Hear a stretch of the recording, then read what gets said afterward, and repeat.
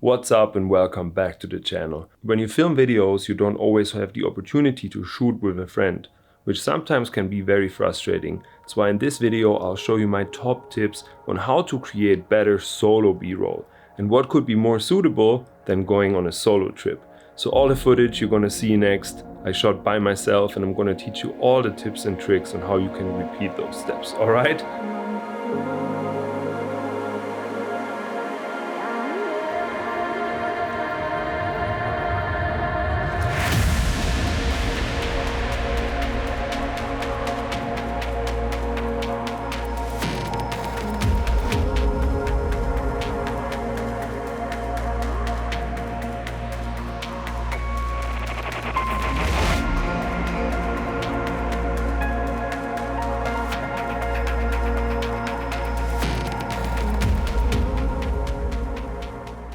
Okay, we just made it to the first location and it's absolutely stunning here in this mountain lake in the Italian Dolomites. And I want to speak about the first tip, and that is the establishing shot.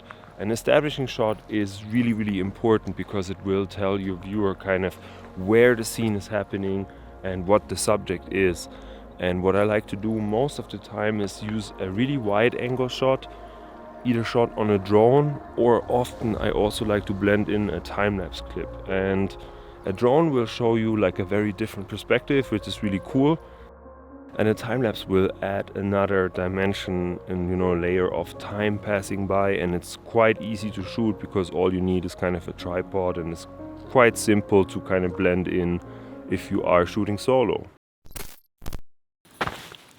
Okay, tip number 2 is shooting a lot of different angles and a lot of different perspectives. So whenever I show up on a location like this and I'm by myself, I would usually set up my tripod and I would kind of go into like robot mode and kind of repeat a certain number of standard shots. And that is usually stuff like walking towards the camera, walking away from the camera, walking through the scene, and also focus on a number of details, because details allow you to create more contrast in your scene later on. I'm gonna head back to the car, drive up to the mountains. I'm getting quite hungry, and I'm gonna tell you a couple more tricks.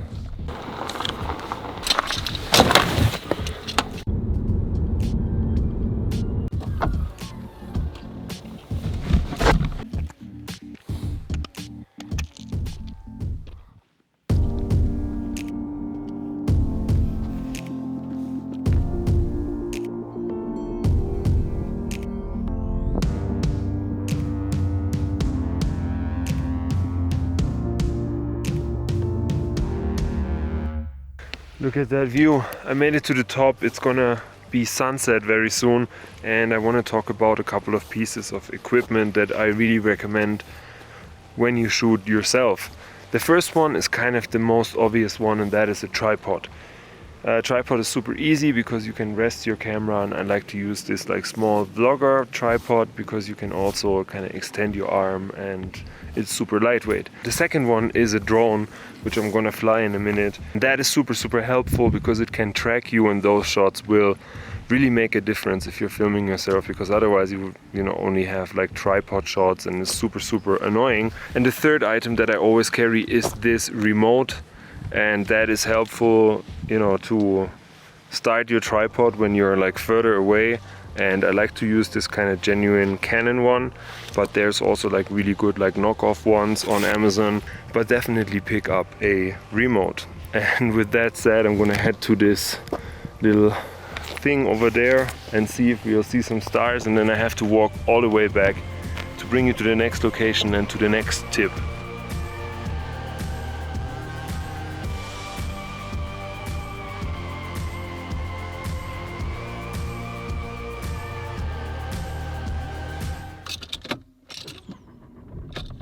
Now, as we had discussed, your solo videos tend to be a little more plain looking and incorporate more tripod shots than usual.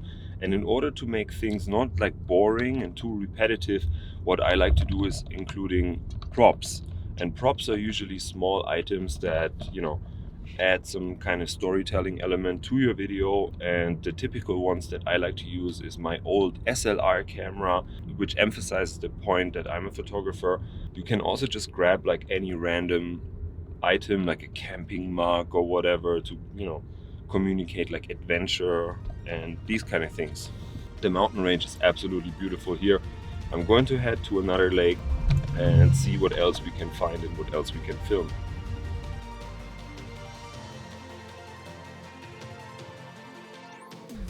The next tip is brought to you by my friends over at Artlist, and it's probably one of the most important ones, and that is incorporating emotion into your shots. As I said, when filming solo, sometimes the shots, they lack a little something because you're using like above average amounts of like tripod shots and so on, and emotion can really help to kind of hide that fact. And a really easy way to do that is by filming like random in-between moments that feel kind of deliberately imperfect. So for instance, if you're like in the car and driving, and in general, if you're smiling, laughing, or something funny happens, another really useful way to get emotion into your shots is by finding the matching music. And my go-to source is Artlist, who were kind enough to sponsor today's video.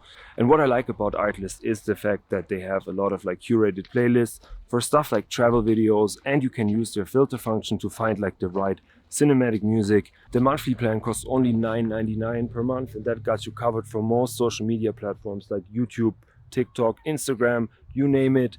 The link below the video gets you 2 months for free, and it's really awesome. So it's a win-win situation for all of you guys. And without further ado, let's continue to explore this really beautiful space, and I'll see you guys on the next spot.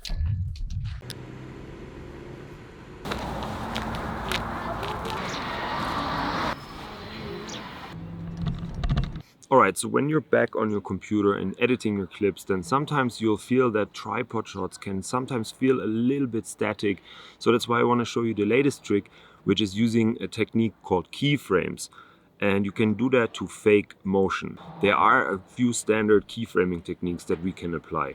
And the first one is a subtle like zoom in and out. So all you gotta do is you move to the effects panel to the top left and hit that keyframe button at the beginning of the clip. Then you move to the end of the clip, click that keyframe button once again, and then basically all you want to do is just kind of increase or decrease the image sizing. So if we replay that, you'll see that the clip is like gently zooming in or out, which is super cool. The other ones are panning up or down or left or right. And what we do is we modify the position of the clip. So all you got to do is like move to the effect controls panel once again, and then set a keyframe at the beginning, and then just kind of change the position at the end of the clip. So now your clip will pan up, or you can do a combination of all of them. For the best results, I recommend to shoot in 4K and edit on a 1080p timeline, so you got kind of more wiggle room to reposition things and zoom in and out and so on.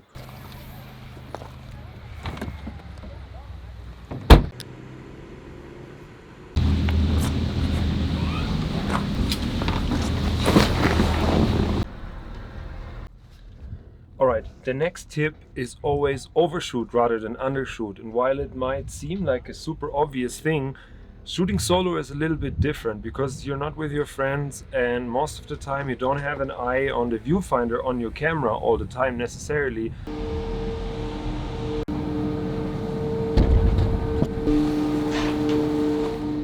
You don't have anybody behind the camera, so the chances are that you have like takes that don't work as perfectly, or that you have potentially like yourself like out of frame or something like that is like a lot higher.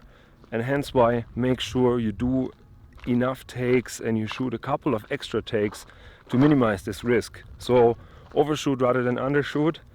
And I'm heading to the next location, and it's absolutely beautiful. And I'm so happy you guys are coming along. Hit the like button if you haven't.